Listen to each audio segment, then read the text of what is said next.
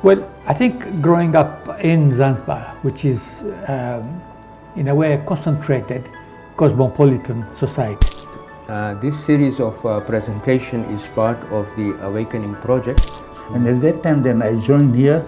It was government Indian Junior. Bismillahirrahmanirrahim. Welcome to learning from our history series of the Awakening Project of the Khoja Shia Ithna-Asheri Muslim community. In these series of presentations are conversations from various personalities of our community whose lives have touched many of us and generations before us, and in some cases inspired some of us.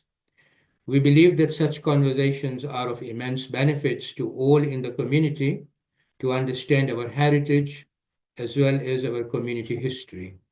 Awakening Project is a grassroots-led project that looks at challenges facing the community and how the foundational institutions of family, madrasa, and member can be suitably equipped to overcome these challenges.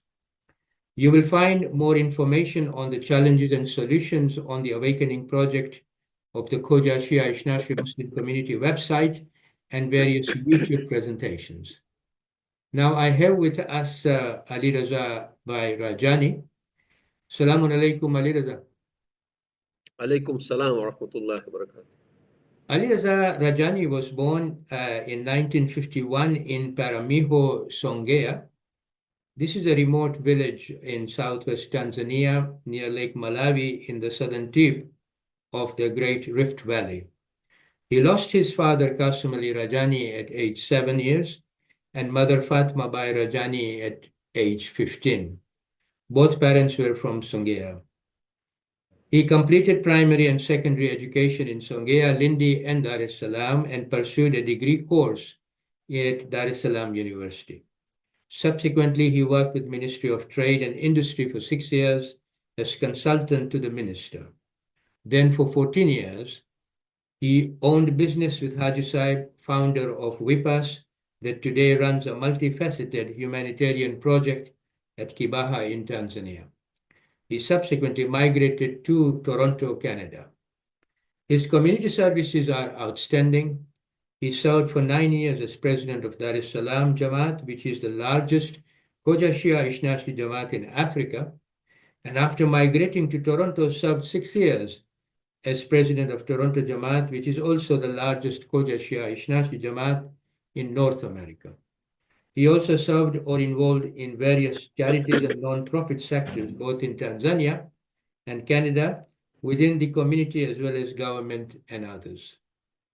For his services, he was awarded gold medal by Pope John Paul on his visit to Tanzania for services to humanity, and Queen Elizabeth Golden Jubilee gold medal by Canadian government. He is married to Zinat, daughter of Nur Muhammad N.M. Nasser. They have 5 children and 15 grandchildren, mashallah. Welcome, Aliraza, again. Thank you. So, although this bio that you gave me is short, but it's still an exemplary bio of your life. I also know you personally, Aliraza, that how much contributions you have made both in Africa as well as in North America. We will obviously touch all this in our conversation. But before we get to this, what are you involved in presently? Are you sort of working and also have active community life? What are you doing at the moment? Well, I have a business of myself where people ask me, Ali, have you not retired? I say, no, my children just changed my job. And so I'm actively involved in my business. But as far as community work is concerned, when I moved from Dar es Salaam to Toronto, I was interviewed by Jeffrey News. And the editor asked me, what is it that you are feeling very happy about serving Dar es Salaam Jamaat? I said I was the president for 9 years. I was working 25 hours a day for 9 years. And when I left Dar es Salaam, after serving 9 years, when I came to Toronto, I let go the feeling of that power. I was able to seclude myself just as a member, mere member of the community, not saying that once I was the president and I was busy, I was like that. So Alhamdulillah, I was able to let go being the president of Dar es Salaam Jamaat for 9 years, and similarly from Toronto Jamaat. And when I left Dar es Salaam, Asghar Bhai, who subsequently became the president after me, I told him, Asghar Bhai, I will not interfere, I will not. And since that time, I've never called them. I said, but I'm available 24 hours if you need me. But I'll just stay as a mere member of the community. And I'm able to do the same thing with Toronto Jamaat. And that has, in fact, benefited me. Because after 30 years of living Dar es Salaam, when I go to Dar es Salaam, my brothers don't come with me to the mosque. They say, Ali to bare hoy che andar, by the time andar poche maghribi shapati jai.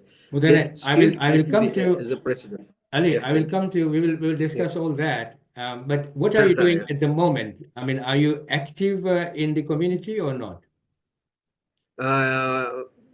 Yeah, not really, but I'm sometimes being called for consultative. But you are interested in community life like that, yeah? Sure, yeah. Also, you have 15 grandchildren, mashallah. So it must take your time as well, a lot of time. Yeah, but as it goes in English, that busy man has always time. Oh yeah, of course, yeah. So if I were to tell you, if I were to tell you 15 grandchildren, how many are sons and how many are daughters, will you be able to do that very quickly? Yeah. Out of 15, I have 8 daughters, 8 girls, and 7 boys. Oh, very good, very good. You passed the examination then in that case. Thank you. Thank you. Now, what's living in Toronto like? When you first arrived, did you find it difficult to adjust compared to what life was like in Dar es Salaam? No, I mingled amongst the community very, very fast. I think because they already, I didn't know 95% of the population there, but they had heard of me sometimes here. And when I went to mosque, everybody was welcoming and there. So I was able to settle quite fast, and I didn't miss Dar es Salaam. Right. And what was the Western ethos compared to Dar es Salaam, African Swahili ethos? Did you sort of adjust to that quite well? I'm talking about the Western way of life and all that. Yes, it took little time. Right. But I had a lot of support in friends and other people who became so close to me. Particular person I would like to mention a couple of them. Ghulam Sajan was there. Takilo, I don't know, Taki Walji. Yes, yeah. He's originally from Dar es Salaam. Those people, these are original. Ghulam Sajan was from Uganda. From Uganda. And Taki Bhai was from Dar es Salaam. So it was kind of strange things, a strange place, a strange people, but I was able to adapt quite fast. So do you miss Dar es Salaam and Africa, or you're okay now? Do you like Swahili atmosphere? Do you miss Swahili atmosphere? That's what I'm saying. I miss Dar es Salaam because my family, bulk of them, they are in Tanzania. Most of them friends. I have a lot of friends. So I made a lot of friends in Toronto too. But yeah, I miss Dar es Salaam to an extent. So when was the last time you went to Dar es Salaam? So luckily, my business takes me there a lot. So on an average, I go twice a year since I came here to Toronto. So that was a big help.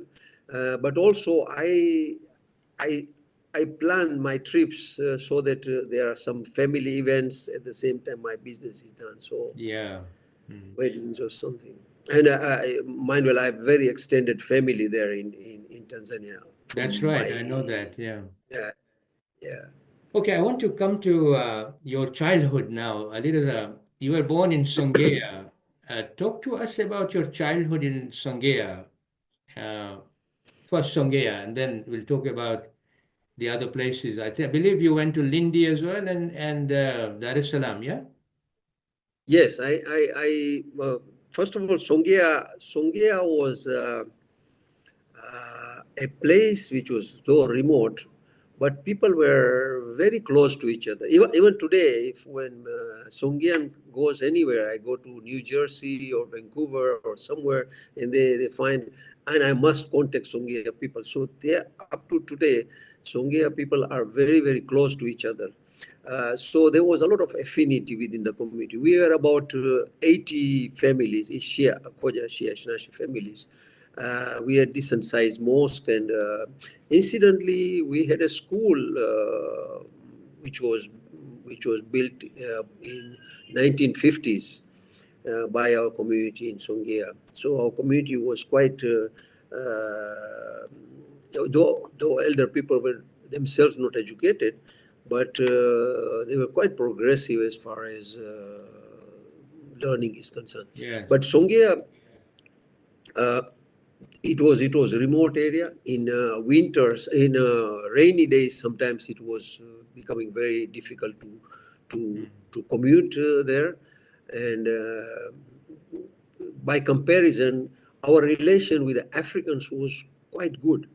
Even I hear during before independence, after independence, of course, I observed we had good friends from Africans. There was a difference, little difference, but by comparison, I think Songeans were quite close to Africans. Oh, so we grew up. Yeah. Now, another thing I mentioned, I lost my father when I was 7 years, but I lost my mother when I was 15. But against that, my life was very colorful because Allah provided me with so many supporting people. My uncle, he was like an angel, my sisters, my cousins, my friends. So not that I didn't miss my parents, I missed them a lot, but I could see a lot of sympathizers and supporters. And not only me, my brothers also, we felt the same thing. Yeah, in that sense, Ali, I mean, I've got a couple of, I want to explore something here.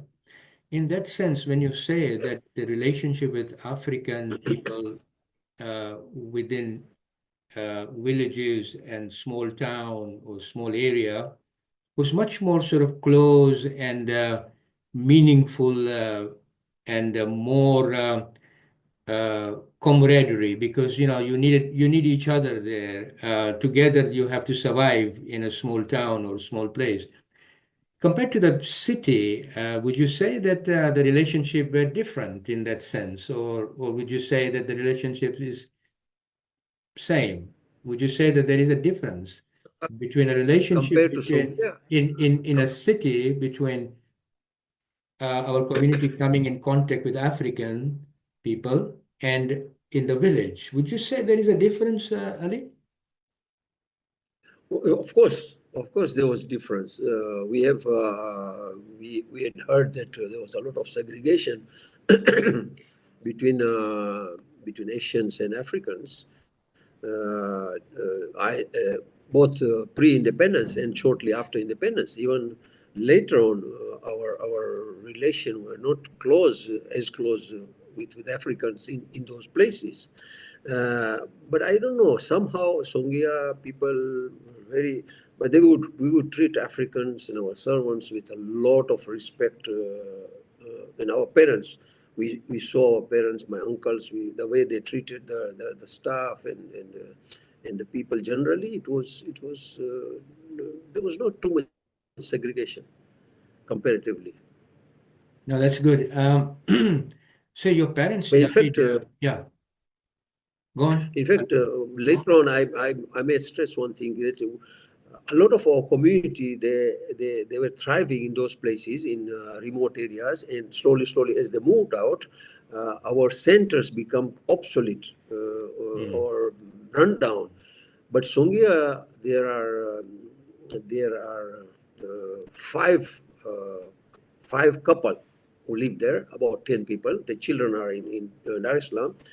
And the mosque will be full on Thursday or Friday, Wafat, Kushali. You know why? Because Africans come there, recite Dua Komel, they recite Majlisis, they lead prayers, they participate with us. So we are 5 men and 5 ladies of Asian community, and there are maybe 50, 80 Africans or 100 Africans. They participate. Today, on the day of Kushali, there is all the functions happening, and most of them are being conducted by the Africans. So it's These more. people and one of the first places in East Africa where Bilal Muslim Mission started a center was Songea. Okay.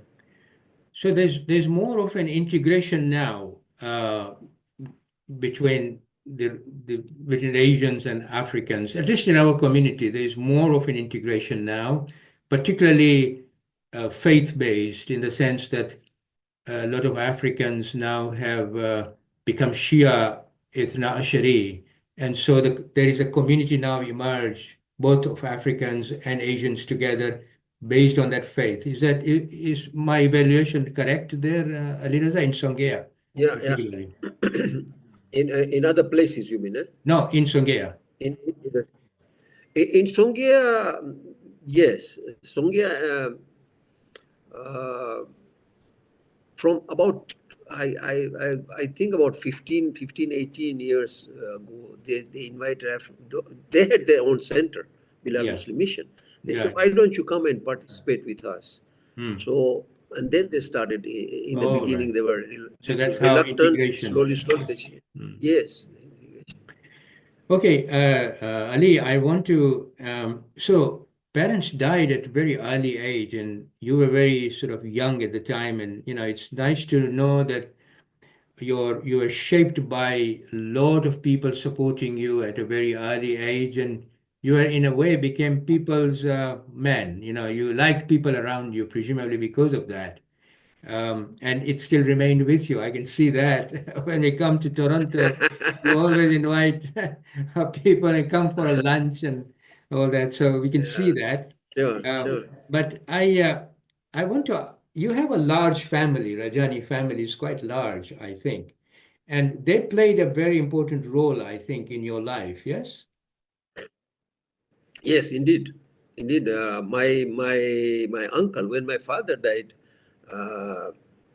we were 8 siblings, and my uncle, him and his wife, and later on, at that time he had less children. Later on, he had 11 children. So 11 plus 2, 13, plus we were 9 between my siblings and my mother. That's 22, and he was taking care of my uncle who was in Karachi. Who had died in Karachi. His children were there, 3 of them. My grandfather, grandmother, they were alive at that time. So he was taking care of 27 people. And he didn't shy. He came. He could have easily come to my mom and said, Babi, I have enough in my plate and I cannot take care of these people. But he came and he hugged us. He embraced us. He took us in his arms. And during the time that we were with him, about 6 years, then my brother, of course, he left school and we moved on.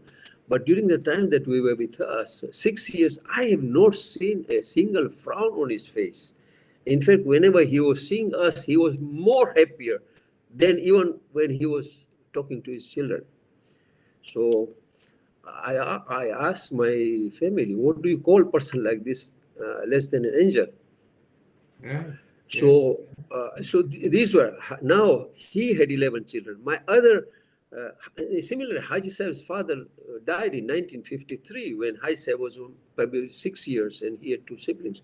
And my other uncle took care of them.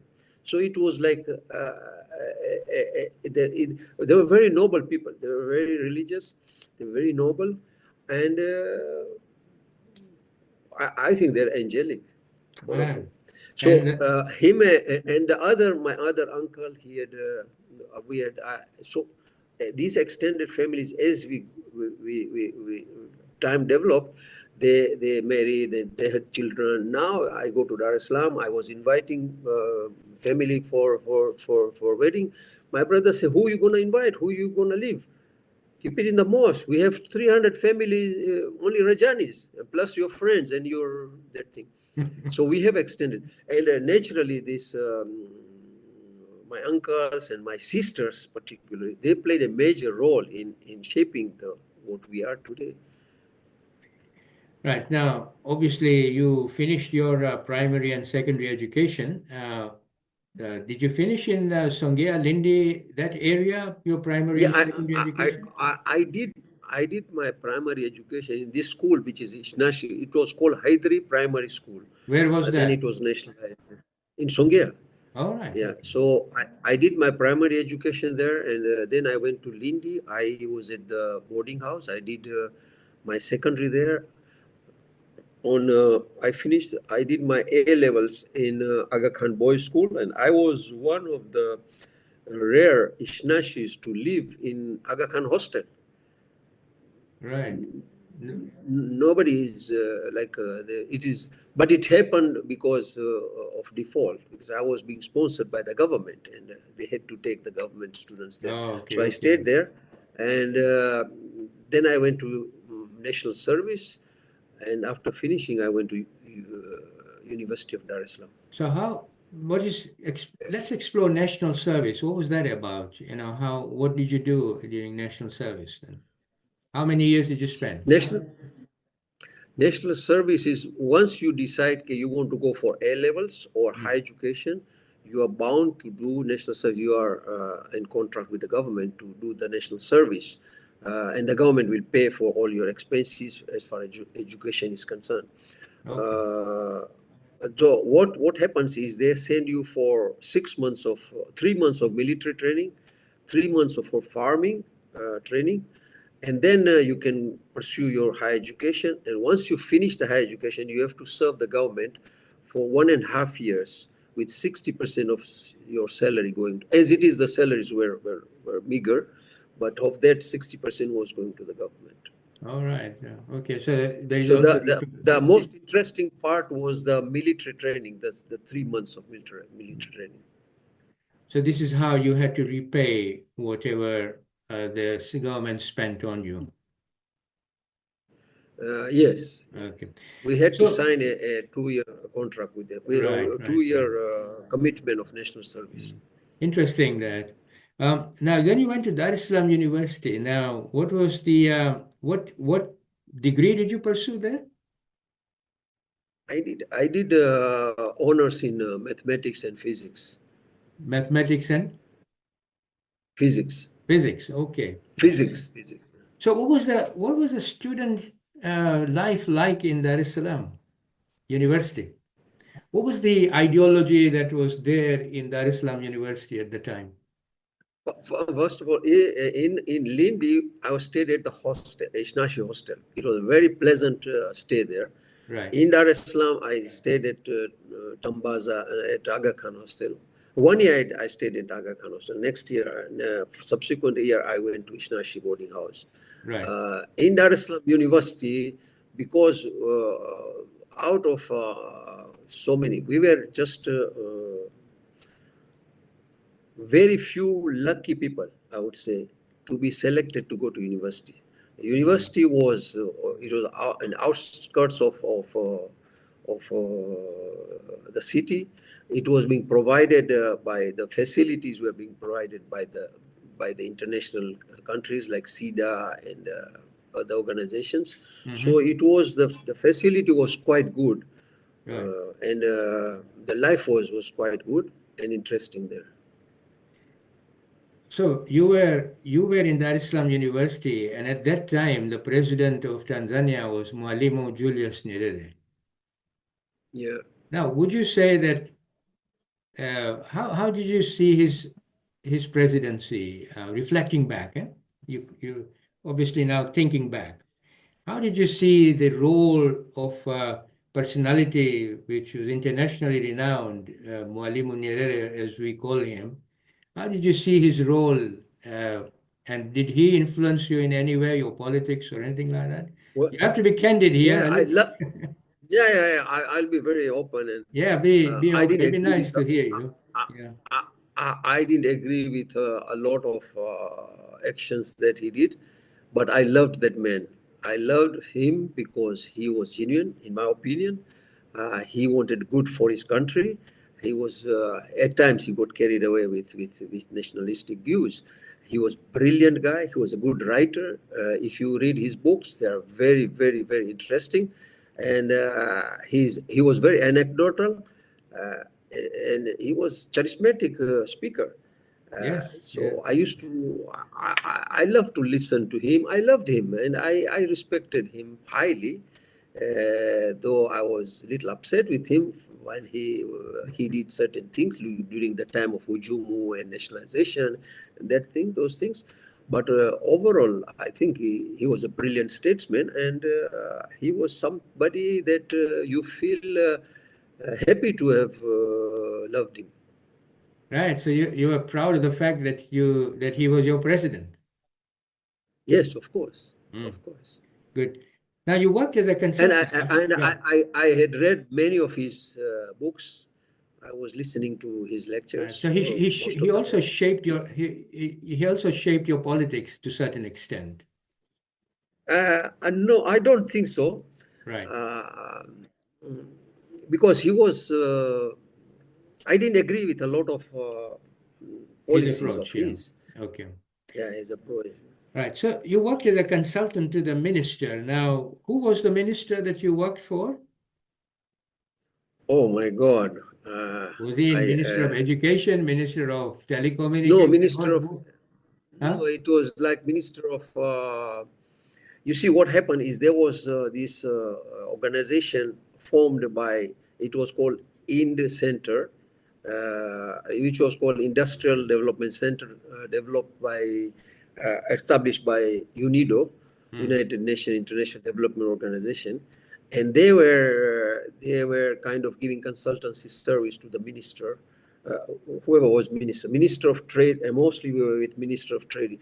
See, Tanzania, there were times when Minister of Trade and Industries was different. Then they amalgamated Minister of Trade and Industries. So we were consultant to the Minister of Trade, Minister of Industries, and later on he became Minister of the. So during the course of time, I think 2 or 3 ministers changed, but I don't remember their names. What was it like working with the minister then? Well, we were not directly working with him, but from time to time we would have a sitting with on an advisory capacity. So Okay.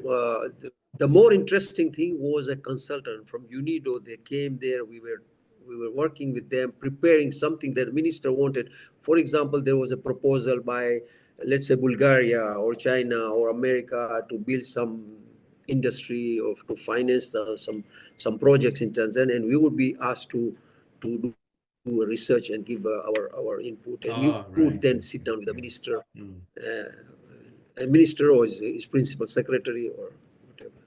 So then, after leaving sort of employment there, you formed a partnership with Haji Saheb. And what was the business partnership there? So Haji Saheb had just returned from UAE. He used to live in those places, and Haji Saheb was my very close, my mentor, my advisor, right from childhood.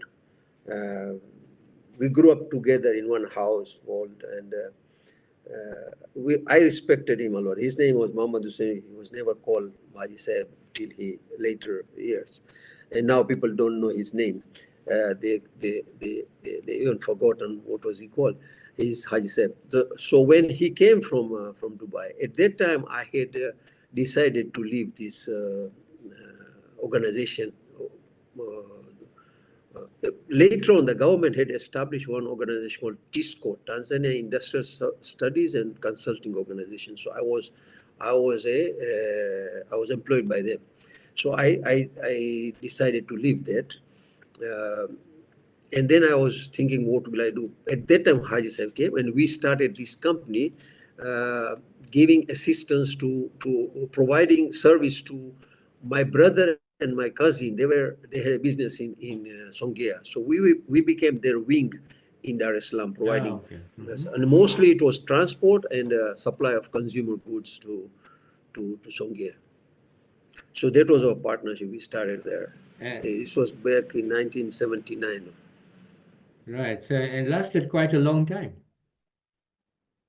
We were partners for 14 years. 14 years until I left for Canada. But during the time that I became the president of Dar es Salaam Jamaat, so I told him, Haji Saheb, મને તમે કહો છો president થાઉં અને તમે ધર્મનું કામ કરે તો કમાશે કોણ? મને કે અલ્લાહ મોટો છે, તું વ્યાધિ નહીં કરે, તું થઈ જા president. So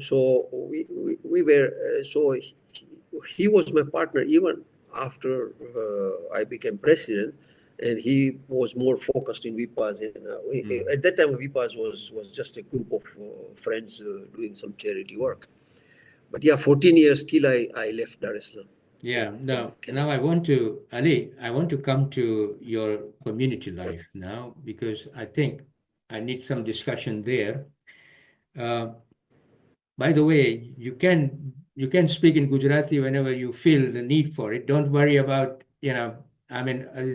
two languages would be perfectly all right. So if you feel that you want to express something in Gujarati, no problem. We can always make it understandable. So when you share with us that, how did you start volunteering in the community life in Dar es Salaam? I'm talking about your early years now as a volunteer. How did you start?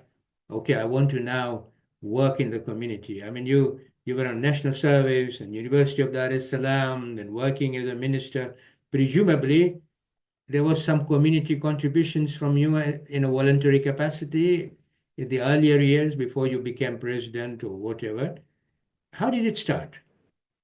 And what sparked it? What was the spark? There was very minimum my volunteerism in the community in earlier days, before I became the president. I served in one or two subcommittees before that, but it was just on a very minor responsibilities.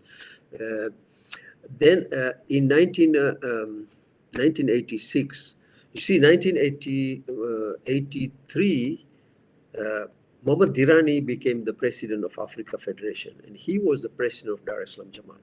So he had to vacate one of the seats. So he vacated presidentship of Dar es Salaam Jamaat.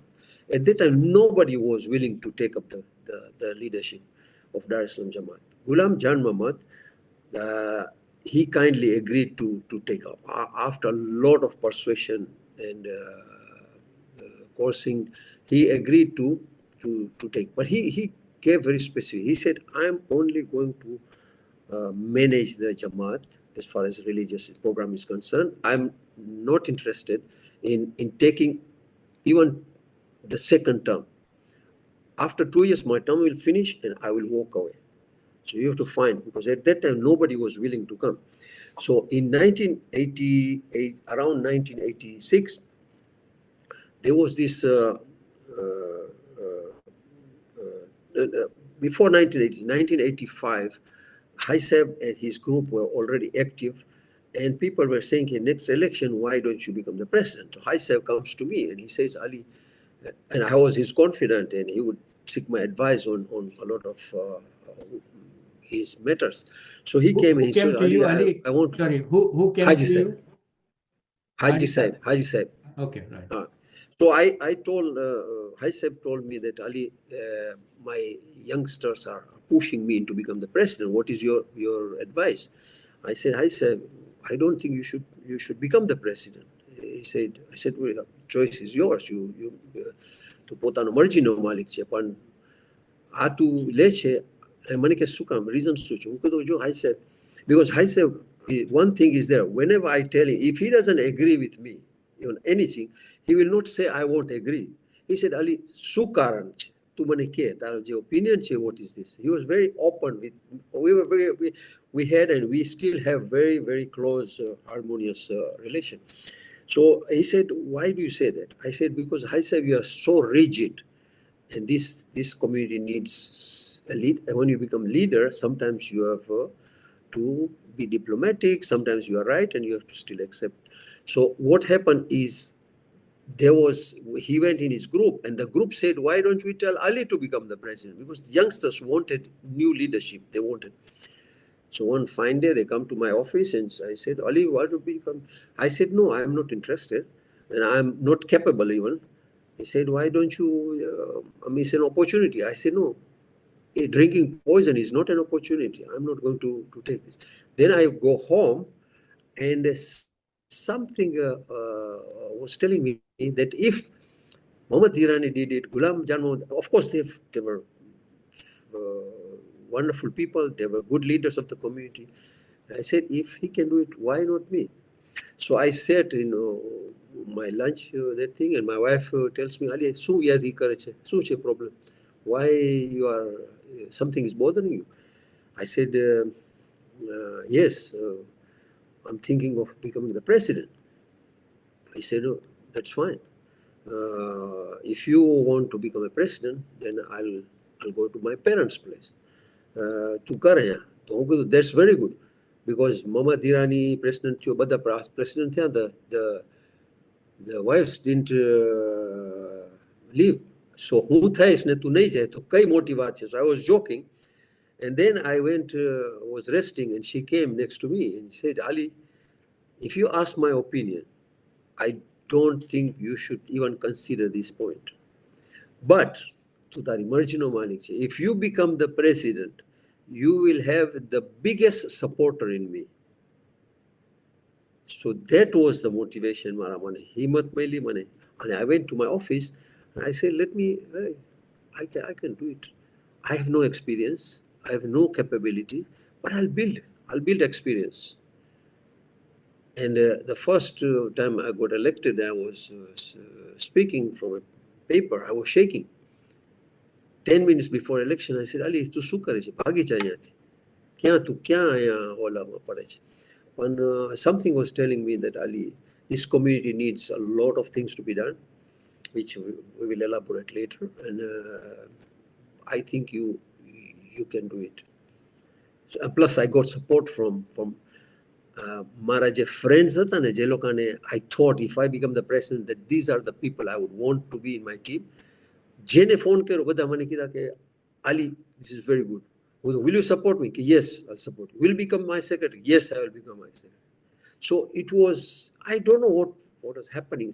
Maybe they had at that time thought that he is a person that could be good for the community. So Ali, it's very nice to hear that. Interesting also the way you emerged as president of Dar es Salaam Jamaat. But what was your, when you accepted it, what was your vision? What did you think that you needed to do in Dar es Salaam? You must have thought about that. Yes. All along I thought that Afri communities are not doing enough, are only focusing on the religious aspect. Afri masjid ma, majlis, namaz, matam, બધું program બધા properly conduct થાય, top આલિમો આવી જાય, બધા program થઈ જાય. Africa ફેડરેશને જ્યારે ચાંદનો મસલો હોય તો ગાઈડ કરે, આ કરે. But where was the other element? The other element was education of the community, provision of education facility, housing for the community needed, માણસોને housing, economic backup, guidance and support. And the most important thing was why we don't have good relation with Africans, why we don't have good relation with Ismailis, with Hindus, with Christians, with our neighbors. This was at the back of my mind. I had not brought, but I think it was not one of the factors that led me to become the president. But having become the president, I said, these are the things we need to implement. Mm-hmm. Now, I want to explore that, because when you became the president, Dar es Salaam was going through a very tough time because there was economic crackdown just before that and all that. And education was a priority in many ways because a lot of children were missing out in education. Container trade was a big thing at the time because market was freeing, opening up. Restrictions were opened up. So at that time, I think there was scarcity of money as well for yourself. But I understand that you built so many units of housing in your term, in your 9 years, and you solidify the base of the education quite well. I mean, am I right in my understanding that you concentrated on these two things? Very sort of, you focused your mind into it, and almost 150 units of housing were built. Am I correct in my assessment? Well, to an extent. Sutucha, let me give you a background of when I came, what was the situation of Tanzania. Tanzania underwent a reformation, Tanzania national, they brought in not communism, a socialist policy in Tanzania was introduced in late 60s. See, Tanzania got independence 61 64 revolution to Zanzibar joined here all the two. So it was a country which was saying Kebana is a very tolerant country, is moving like that. Now 67 there was a big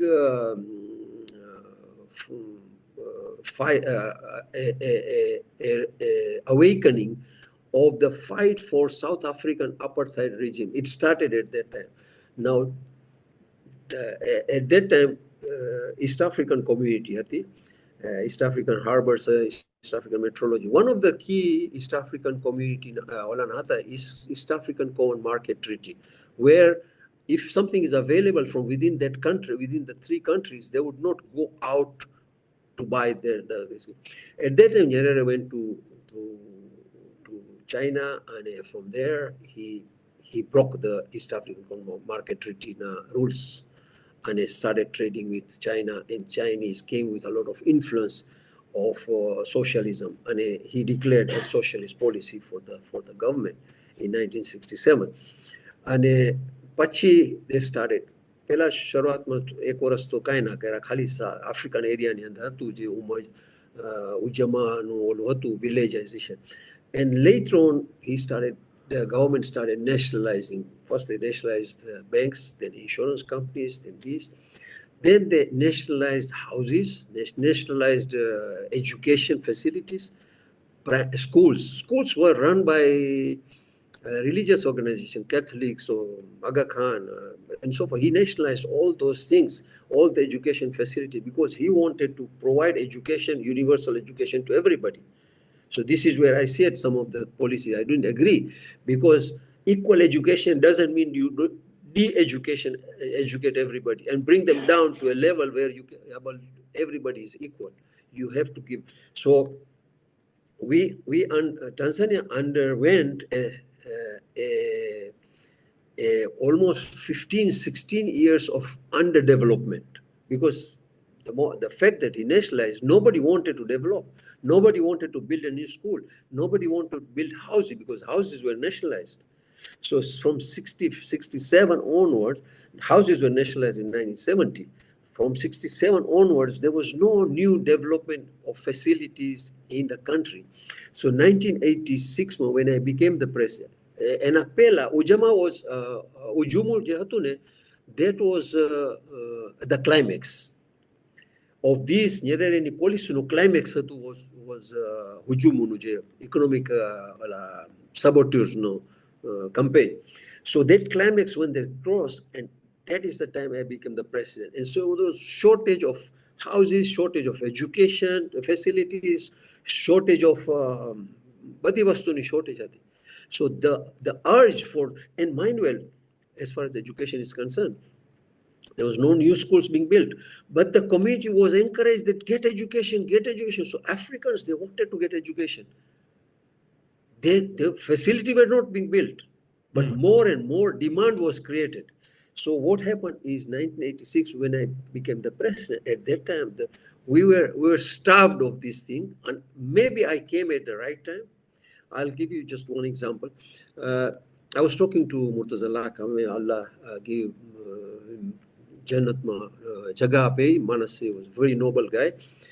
Community ne bo help karo she. I was talking to Murtaza Bhai just before I became the president. And he tells me, Ali, apri community ma, we have 2 births per week. We have 110 births in a year. So Satoras ma apre 110 chokra ne primary education facility jos. Now pas school nati, ek school nati. Gamma je school che, there was only one English medium school run down, Olympia school. Kewa they were being told Olympia school. They were capacity of 25. There were 75 children in that classroom, with all the windows broken and desks were broken and substandard teachers. And people were bribing to get a place in that school. So this was pathetic situation of the country. And the demand was very, very great. And plus there was a government restriction to even because it was passed by the Act of Parliament on nationalization. So for them to rescind that and to permit anybody to build school, they had to go to the parliament again. So this was the challenge. And at that time we came, we realized that these were the community, the country is starved with this thing. And luckily at that time, the community supported our views and we moved forward. So I had in mind that our community should look beyond our religious aspects. We should go to education. We should build our health facilities. We should build housing for the needy of the community. We should build relation with our neighbors, with Africans, with the government, with other communities, Ismailis, Hindus, whoever it is. We should build good relation with them, because our religion, I believe, has so much good that as we open up, there's only good to be seen. Oh, nicely explained. So, how many housing units were constructed during your time? Well, so we went in 3 ways. First of all, this Ibrahim Haji, the Jamaat building, and then we bought some 14 plots in Kariako. 14. And one building, yeah. 14 plots in Kariako during that time. Apart from we bought, these are for residential, and one in Ilala. And so each one would have, plus we started purchasing some houses, and already our existing trust properties, we kind of demolished and started building that thing. So apart from the units that we did another thing also. We encourage people, okay, if you are short of money to get goodwill, because at that time there was a big concept of goodwill. If you want to build a house, it would cost you $20,000. But to get a vacant house, somebody vacates his house, he's a rental, he would charge you $50,000. So there was this concept, because there was no development, there was shortage of housing, and we bought a lot of extra plots in the outskirts, which have started bearing results now. The Salaam Jamaat is benefiting a lot. But I think that we built almost 100 apartments now. 100 units.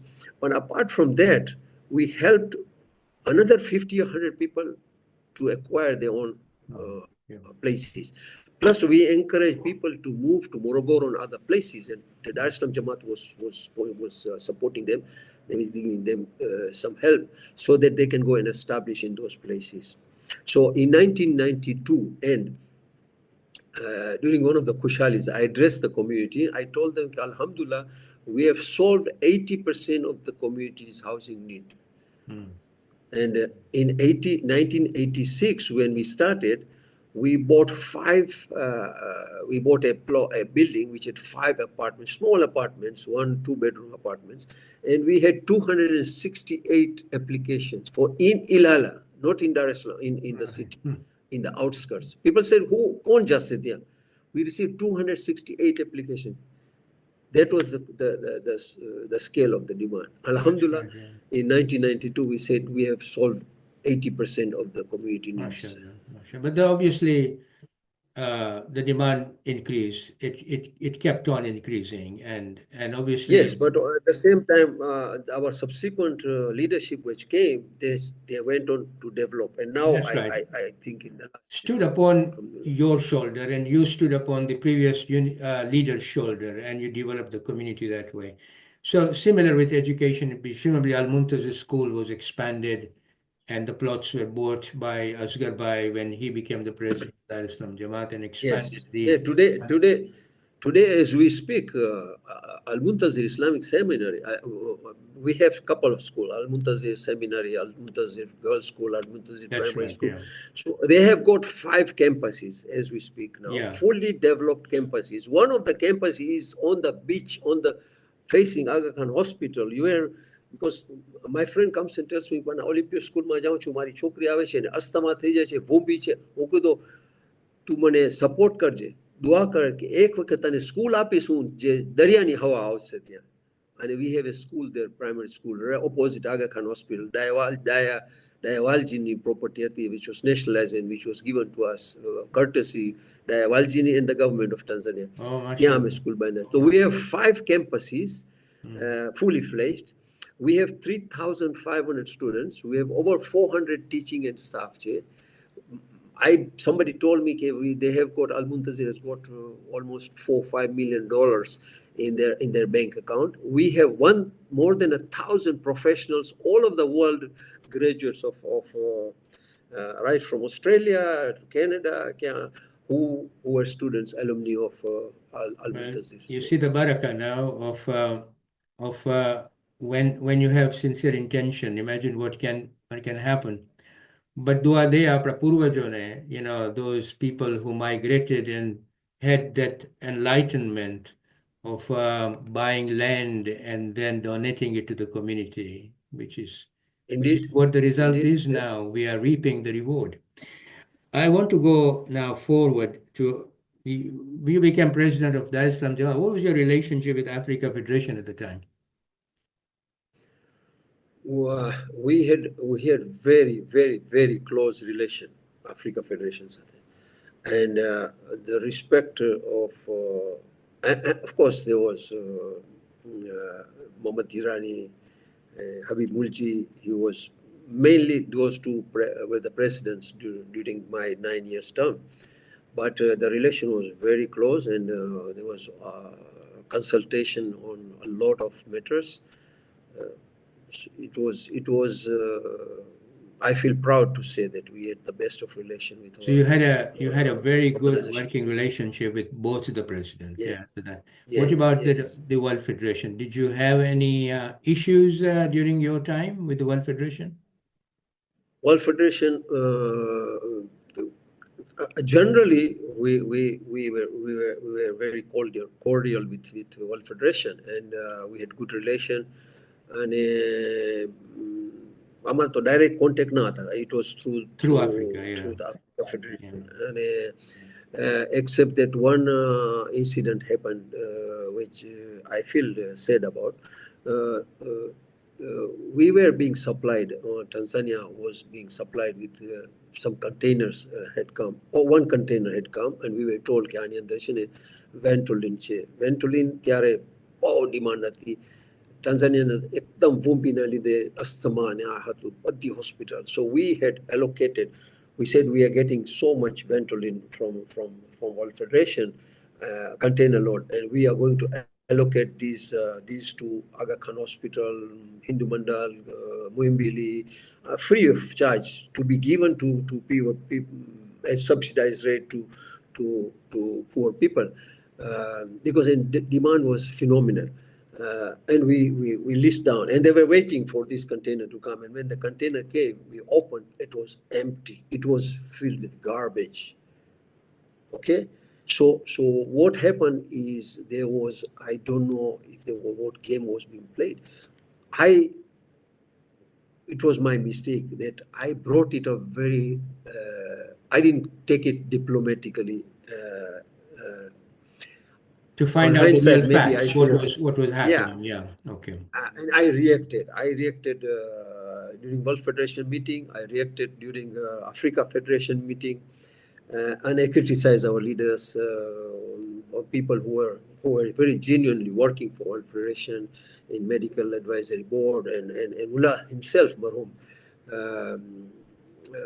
But I acted in anger. On hindsight, I may say maybe I should have So done otherwise. that's the But this sad created occasion for you. this, Yeah. this created little bit that thing. But otherwise, we had even after this, we maintained very good relation with World So Federation. that was sort of a sad episode for you. This was just one of the episodes that You reacted sort of quite upfront. Yeah. Okay. Yes. Now you now arrive in. Obviously, I want to now go back to Toronto. You took up challenges in the Toronto Jamaat. You became the president there. How did you become president of Toronto Jamaat so quickly? Upon coming to Canada. So my when I came when I reached Toronto Jamaat. When I moved to Toronto, within 1 year there was election, and here all the people, they come, oh Ali, you should take this position. You should take this position. I said, I'll tell you a story. One person, he dies, he goes to Jannat Majache, and a Firishto stops him and says, where are you going? He said, I'm going to Jannat. He said, why? You've done so much sins. Atla pap kero છે. ઈ કે બરાબર છે પણ હું ગુનેગાર છું પણ I paid heavy price. What price did you pay? I got married. So he said, hey, the priest to શું જાણે કે શાદી શું છે કે it must be something big. તો એને જવા દીધો. Next thing, મારા જે કોઈ આવ્યો ત્યાં જોયો કે આ તો નુસ્ખો સારો છે. ક્યાં જાય છે? હું જન્નતમાં જાઉં છું. એ તું પાપ બહુ કર્યો છે દુનિયામાં. તો પણ હું દુઃખી થયો છું, પાપ કર્યો છું બરાબર છે પણ મને માફ કરી દેજે. હું શું કર્યો છું? હું 2 શાદી કર્યો હતો. તો ફિરિશ્તો કહે છે કે અમને દુખ્યા જોઈ છે, મૂર્ખાઓ નથી જોતા. So this is what I told them. મને હું દારેસલામમાં કર્યો છે, ઇનફ છે. અહીંયા મને મૂકી દે ફોર્સ. પણ so I didn't say. Subsequent to that second election, I was ready, and I knew that I can contribute. And again, Toronto Jamaat was facing challenge of underdevelopment at that time, exactly similar to 1986. Here people said, આપણે બાથસ લઈ લીધા છે, આપણે બાંધે કે ના બાંધે, બાંધે કે ના બાંધે, બહુ પૈસા જોશે, આ બુની લેન્ડ છે, આમ છે, તેમ છે. So there was a lot of inhibition, negative feeling towards development of bathas. And I thought that this challenge, I can take it. So this was one of the motivation, and of course, persuasion from friends and family. And did you manage to sort of satisfy that deficit that was there in Canada? I mean, deficit in the sense of building a consensus to now move the project forward. Did you manage to move the project forward? Well, luckily, yes. Not only the Bathurst new development started. Of course, Bathurst development happened with a lot of thought process and a lot of planning. So it took time. It takes time. During my 4 years of leadership, 2 and 2, we started building Bathurst. And the time I left, that first 4 years, Bathurst construction structure was built. But apart from that, there was one other community, which is, see, Toronto Jamaat is composed of 5 Jamaats, 5 subsections. So one of them is Masumin Brampton. That's right. Which was part of Toronto Jamaat. However, they were staying in a rented apartment. So every now and then the rental guy kicks them out. So we said, let's build our own center. So Mara 4 years darmiyan, we thought about this thing. We bought the land. We did all the planning permission. Badu kaira, zoning change kaira. And building permit banaiwa, and the project got finished, and the opening ceremony of the project took place 2 months after my retirement. So that 4 years ni andar Masumin Islamic Center, right from inception to thought to completion, was done in that 4 years. So this is Masumin. WIPAHS had developed to an extent. Yeah. So I think I was able to motivate and take together the whole community to build these two projects at that time. And plus the other issues also community. But you were able to bring about consensus to move the project forward in the right direction. Yes. And Yes. at least the obstacles began to be removed, whatever the obstacles were. Yes. In Toronto. Yes. Okay. I think the obstacle but the is all mindset matu. Right. Okay, people were thinking ke bana $3 million kaatsu kyan thi at that time, 1998. $3 million bog paisa. 3 nahi 30 apre gotsu. Jare community ni andar tame, I gave them example. Okay, in the 5 years prior to that year, apni community hajar community manso પાસે પોતાના મકાન છે. And in the previous 5 years, each one the value has increased by $100,000. So $100 million tamari personal asset વધી in the last 5 years. You're talking about $3 million. Nice way of looking at it. So I was able to two things. I was able to put into their mind, okay, this is achievable. Right. The second thing, I was you able made to it, motivate. you made it positive. So this is something. And also, it's not negative. It's something very achievable. yes, and the second thing is I was able to make them feel that project approach, center approach, પોતાનું છે. અલીનું નથી, કોઈનું નથી, કમિટીનું નથી, approach. Every member was started feeling that. Now how we did that is a different story. And there were time and nothing. Yeah. It's interesting you took on the leadership of the largest Jamaats in Africa and again North America. I mean, how did you when you managed them, in Africa, Dar es Salaam and Toronto, were there sort of, what were the differences in managing them? Did you manage them in a different way because the mindset in Dar es Salaam community was different and the mindset of Toronto, North America is different? How did you find working at the helm at both the largest Jamaat? Yeah, so I'll start with the common vastu between two Jamaats. The what? The common thing was the commonality. Commonality there was this affinity for the community. The Khoja Shia Ithna-Asheri or Shia Ithna-Asheri Center, all hatune feeling hatune towards our religion was that played a very big, and we capitalized on that and gave them, for example, wasta of our iman, whatever, emotionally, but so this was in both cases it was similar. The second thing is that I came there with a principle that thing, Ali, you are nobody. You are just a custodian of this thing. You don't think you are the president or something. You are a custodian of this thing. Tari paase duty che, you have to baja. Ane itu eklo nahi kari sake. You must delegate and empower your people. This was common between two. Dar es Salaam Jamaat mahatu, naya bhi hatu. Dar es Salaam Jamaat ma we had quite a few volunteers who were working. Aya bhi ghana bada. This was so this I think was a major ingredient in our development, both in Dar es Salaam and here also.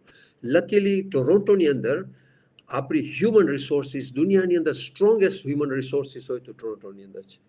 Apri community na, alhamdulillah, which and we were able to capitalize on them and make use of those people and bring them into Jamaat fold to volunteers. Similarly, Dar es Salaam ni andar common hatu.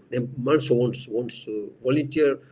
If you delegate, you give them empower, you give them respect little bit, they will કામ કરશે જમાતનું કામ કરશે નહીં because એ લોકોનું connection છે ને is with આપણા અઈમા લોકો છે આપણા ઇમામો લોકો છે કે આ ઇમામનું તમે જો કરબલામાં you go people who do voluntary shoesમાં પાંગા કરે છે ને some of them are millionaires, some of them are professionals. They want to watch it. And when you go there, they take your shoes and they give you two things.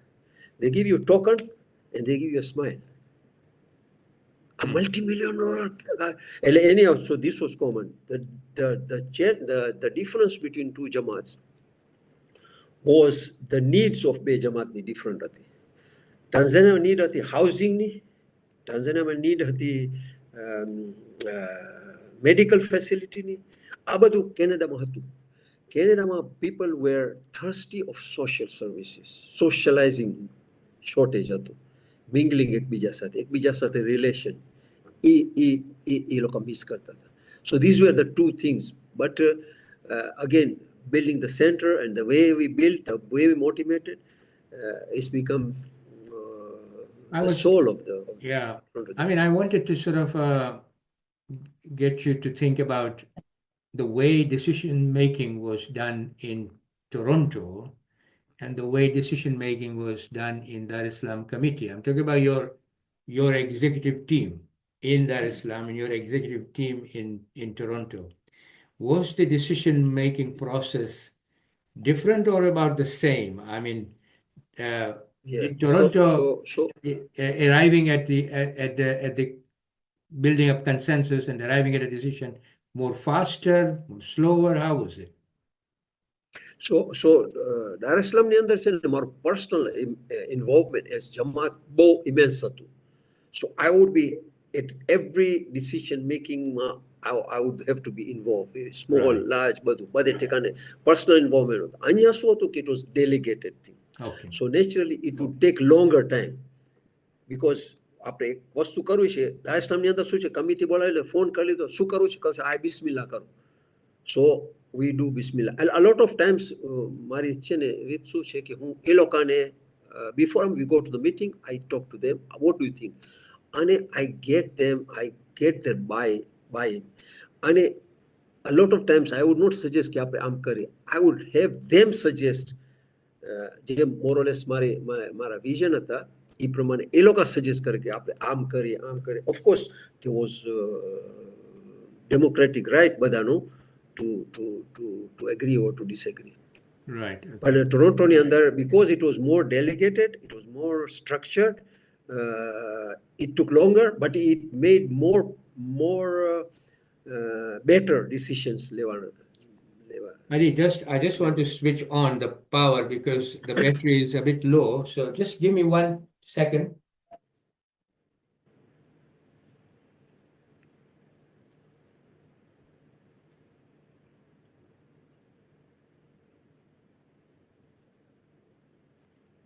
Yeah, so I understand the way you were sort of involved in Dar es Salaam and the way you were involved in Canada.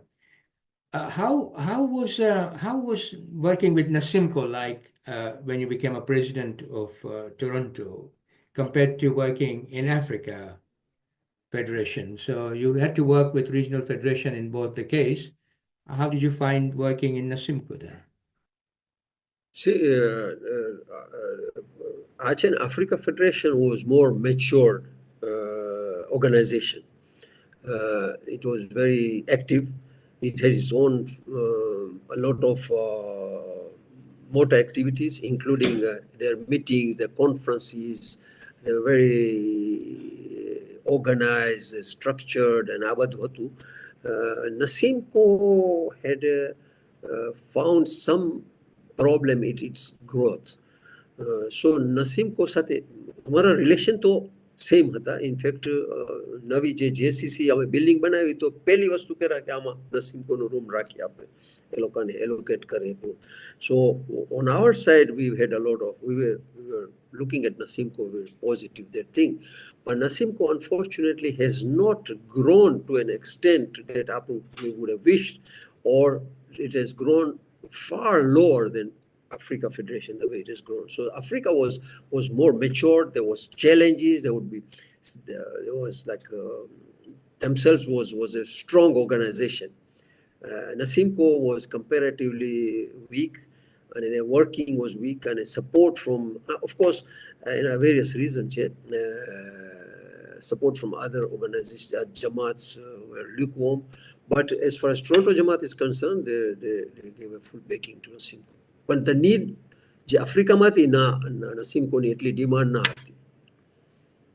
No, but I mean, it's interesting that both are regional federation. One has evolved with a lot of experience behind it from 1946 onwards, with a very strong loyalty base of Jamaats there in Africa. And here, I think the development of or evolution of NASIMCO, evolution of the Jamaats sort of occurred almost similar. The Jamaats were evolving and they were sort of undertaking challenges. They did not need a regional body straight away because they were coping with themselves. In Africa, Africa Federation was found as necessity, and it evolved as a necessity to give direction to the Jamaats throughout East Africa and then whole of Africa. Here, obviously, we found NASIMCO not evolving as a regional federation, but becoming a regional federation, because when we all joined World Federation, there was Africa Federation, and it was natural that we should have a hierarchy now.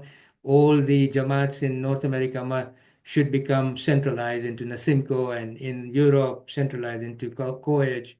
So their evolution was different, Khoja and NASIMCO, whilst Africa's was different. And perhaps therein lies a different level of maturity, I suppose. But I want to come to another thing. How do you see the state of the community today, Aliraza? Given your experience serving large Jamaat in Dar es Salaam and large Jamaat in Toronto, how do you see the state of the community? I want you to be candid now and reflect and say to me, this is how I see it. I will tell you. Yeah, I'll tell you what is in my heart. Yeah, this is how it is. I think our community is in a bad shape. In a sense that there are a couple of big challenges that I'm not saying it is hopeless. Challenges will come, and if it is not handled well, then they will persist. If they handle well, then this can be taken care of. One of the things, now these are my observations. I'm talking about mostly World Federation, Africa Federation, and Jamaats in Africa. Toronto Jamaat no NASIMCO साथे बहुत close relation छे कोई tug of war नहीं के काई पर नहीं. But I have seen a lot of tug of war between our Jamaats. There is a lot of disunity between World Federation and Africa Federation and Jamaats and African Jamaats, in a sense that this became evident in the last election of the World Africa Federation president. Unfortunately, our community कोई सारा tool ने misuse वो करे छे, in particular J social media छे, WhatsApp na groups छे. The amount of bad blood that was being spread during this election proved my point that the community is in not very good shape. And the leadership of Africa Federation, World Federation, have a big challenge ahead of them, because I believe they are very sincere leaders and they want the good of the community. And I think one of the challenges that I think they have is to reunite the community. For if we are divided, we become more intolerant, and slowly we can fracturize ourselves. And this, I think, is happening in the community. The other thing is that Hamna Chene Agashistani che. He's a glue. He's one of the glues to bring the community. Whatever our differences are, say, between Jamaats and between World Federation, between regional federation, when it comes to Aga, we sort of bow down to his recommendations, and we become one in that sector. And insan che is inevitable कि एक दिवस आपने समय हंसे नहीं. The day Aga Nyakbantase, I feel this community will be fractured.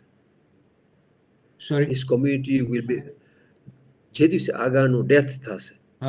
Te divse our community will be fractured. Okay. Will go into pieces because the dynamics of Abastuche, of course, Hamna je development too, of course, all over. I'm not saying this is my feeling. People may be of different opinion. Maybe Ali, you are too negative or something. But I think we need to think seriously on this matter.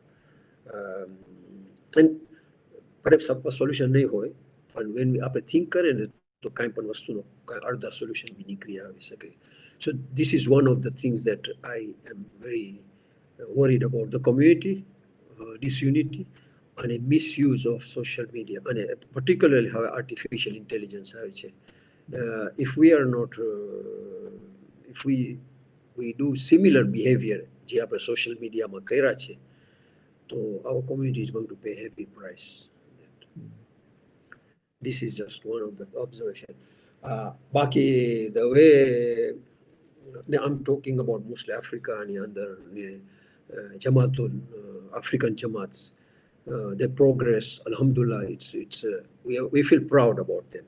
Africa Federation, Dar es Salaam Jamaat, Hamna sama Bukoba Jamaat makai project na keche, Kigoma Jamaat, there are Arusha Jamaat no project che, Nairobi che, Mombasa che. The way we have seen the community now growth for the last 15-20 years is we feel proud about our institution.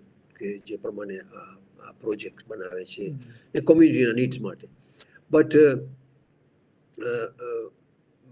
this will be all sour थे जैसे जो आपने disunited us. Do you think that the way we have hierarchy like Jamaat, Regional Federation, World Federation, do you think it will survive in the long term, given what you've just said? Well, it's a tough question. Yeah, that's what I'm asking you. So I think the challenge is not unsurmountable. The challenge is if we should put our mind to it. How do we deal with this anomaly, with these challenges? And I think we need, if we put our brains to it, I think the community can come up with a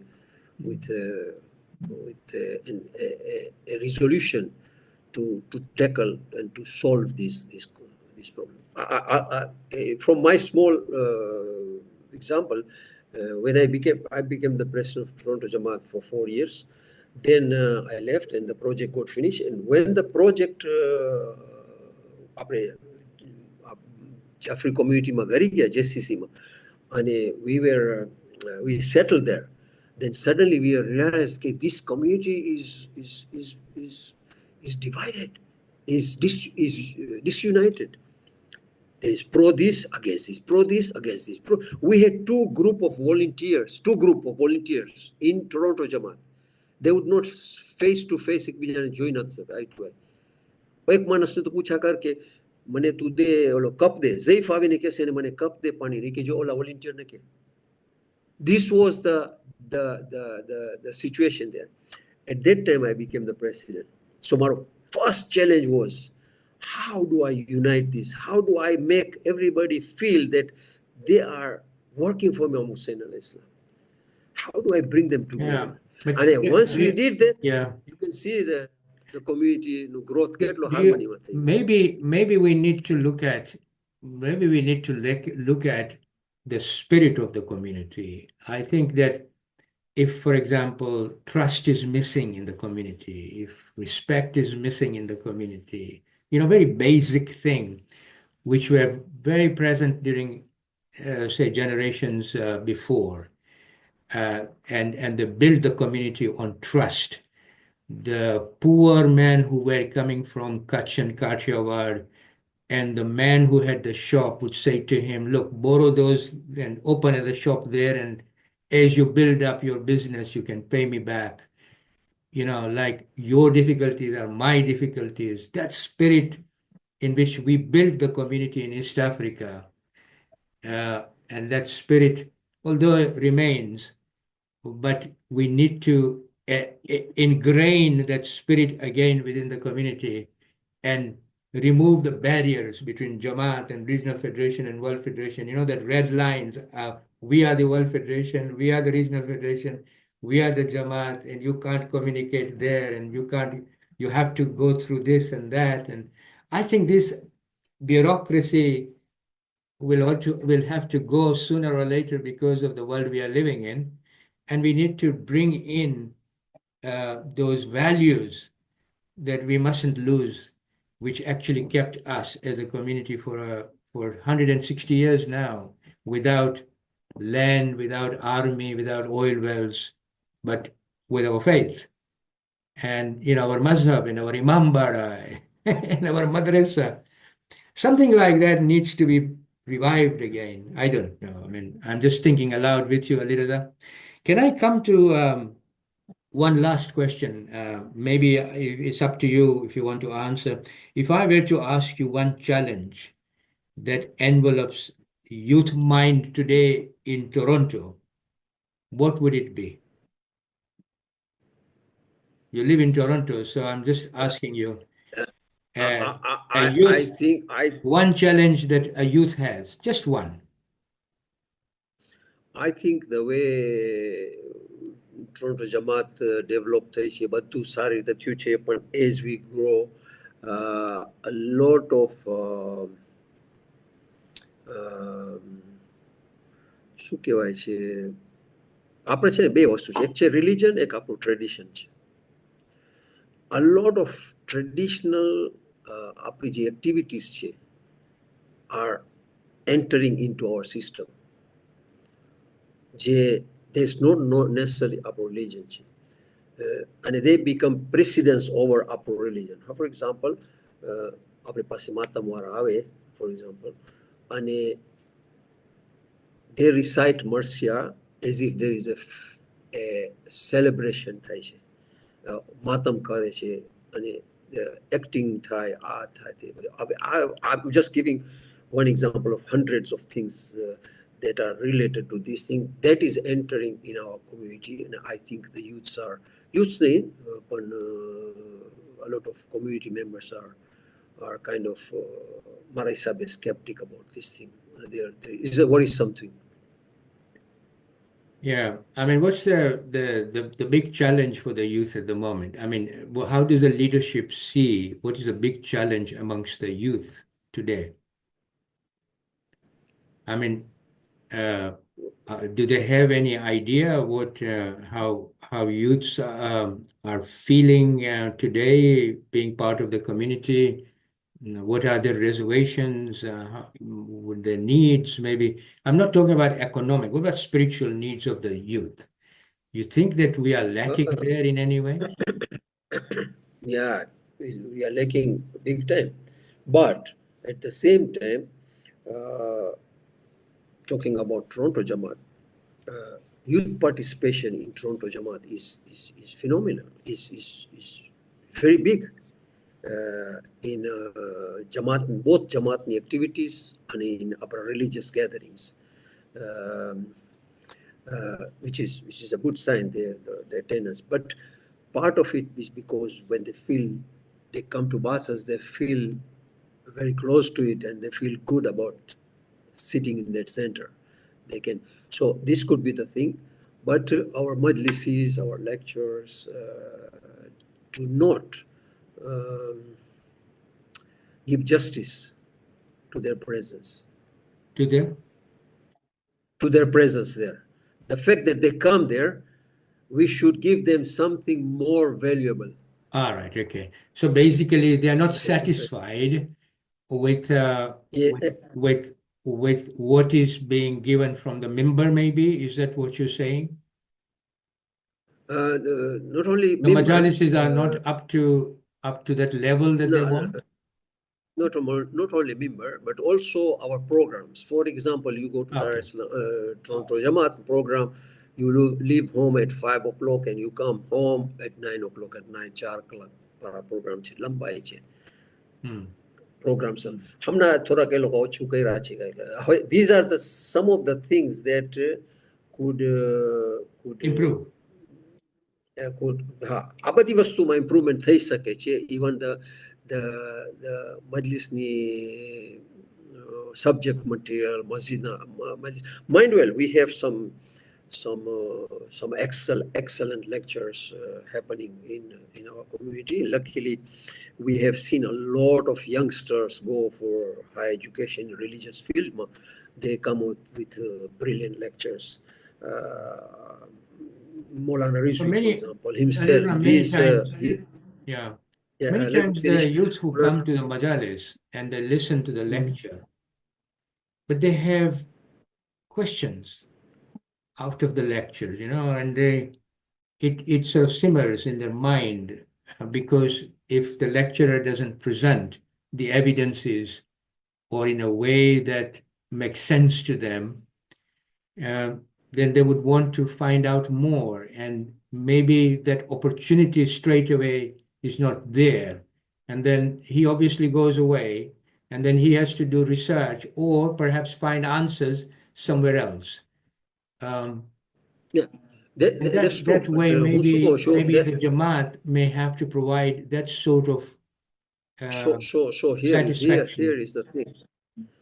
So actually ઘણી ફેરે આપણે કહે છે, પણ Toronto જમાત particularly વર્ષમાં 15 થી 20 programme રાખે છે કે there is a discussion on various aspects of community needs, religion needs, and there are Maulana Rizvi or somebody is there at hand to respond to them. But the participation of the youths is the same youths who come regularly. Is the જે youths ને નથી આવું એ તો નથી જાવું. So I don't understand કે while they're complaining કે અહીંયા મજલિસ આપણી સારી નથી એટલે અમે નથી આવતા, તો અહીંયા there is an academic discussion થવાનો છે. So એમાં participate ન હોય. Participation કેમાં હશે કે જ્યારે કાં તો મોટા દિવસો હોય ને કાં તો કોઈ Amar Nakshwani or somebody lecturer મોટો આવે કોઈ પ્રમાણે.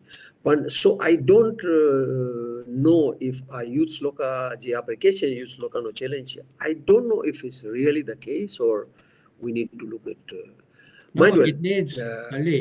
it needs deeper exploration, because we cannot just say that they're not coming, they should come, but we have to deeply explore why, for example, they'll go and listen to Nakshwani and they won't listen to some others. So there must be something, and I think we need to explore that a bit more deeply rather than dismiss it, because otherwise we might be losing, thinking that, they should be coming here when we are organizing and they're not coming. We might be losing them, and may not be losing them, but they're getting more of a satisfying answers from somewhere else. So we have to explore this issue in a more deeper way, in a deeper way than what we have done so far. But anyway, that's Ali, that's very, I think I've covered everything that I needed to cover from a leader who, we could still call you leader, Aliraza, because you have really contributed very well, both in Africa and in North America, with a lot of experience behind you. And thank you very much for sharing your life journey and I have to say your candid thoughts on the yes, functioning of the community. Yes, what were you going to say? So when I became the two things, Dar es Salaam Jamaat no president થયો ત્યારે હું છે ને કવિતા એક બોલ્યો અને Toronto જમાતના I won the election with a kavita. So Dar es Salaam Jamaatમાં it was like कदम कदम बढ़ाए जा खुशी के गीत गाए जा जिंदगी ए कौम से कौम पे लुटाए जा. So this was the beginning ethos of this અહીંયા જે આવ્યો ને Toronto જમાતમાં I was faced with a challenge. શું હતું કે I stood for election against a very very strong candidate, a nice person, and I had to tell the public what I am bringing in the community. So because I was here 2 years, બરાબર છે પણ 2 years બીજા ઘણા ઓળખી ગયા હતા માણસો પણ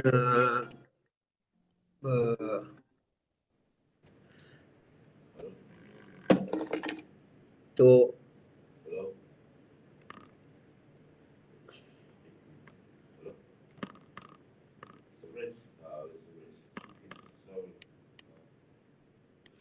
So, can you hear me? I can hear you, but I think there was a lot of disturbance there. I don't know what happened. And your kavita or whatever you were going to say disappeared. The second thing, when Toronto Jamaat, so I was there in a seniors group. Most of the community members were there, and I think I said this is a very well attended function. And તો હું એને કીધું કે બાના હું છે ને આવ્યો છું અહીંયા તમને ઇલેક્શનમાં ઊભો છું.